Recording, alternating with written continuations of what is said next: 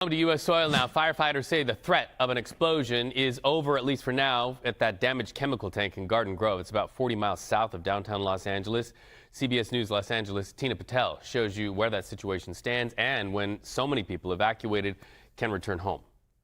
Yeah, I was just talking to the authorities here at the command center, and unfortunately they say evacuations are remaining in place for now.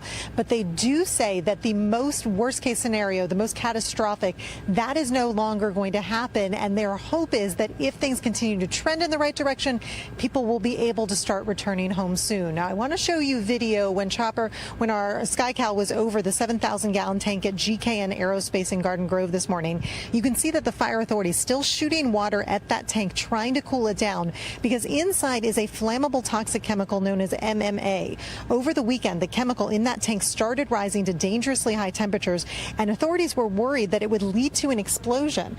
But a crack that was found in the upper part of that tank yesterday has actually relieved some of the pressure inside, and so that worst case scenario no longer a concern. Now, I want to show you video from overnight, because firefighters have only been going up to the tank at night when air temperatures are a little cooler and the risk is a little less.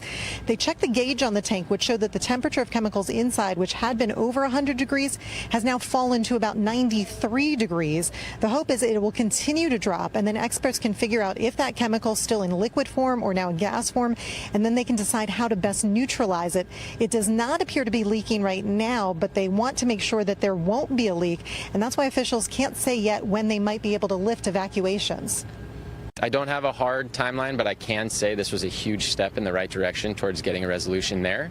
And so as we continue to monitor that temperature with the sun and the ambient temperatures during the day, hopefully it continues to trend in the right direction. We anticipate it doing so, and then we can form some more concrete timelines to get people back home.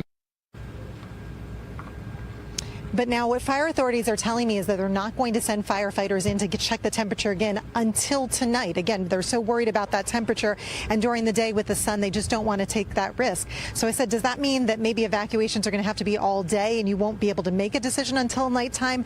They're still figuring that out. Again, when we showed you the map earlier of where those evacuations are, there's kind of different zones. So I think they're going to be looking at that outside zone and see if there's not a chance of an explosion, maybe those could be lifted, but they're just not ready to say just yet.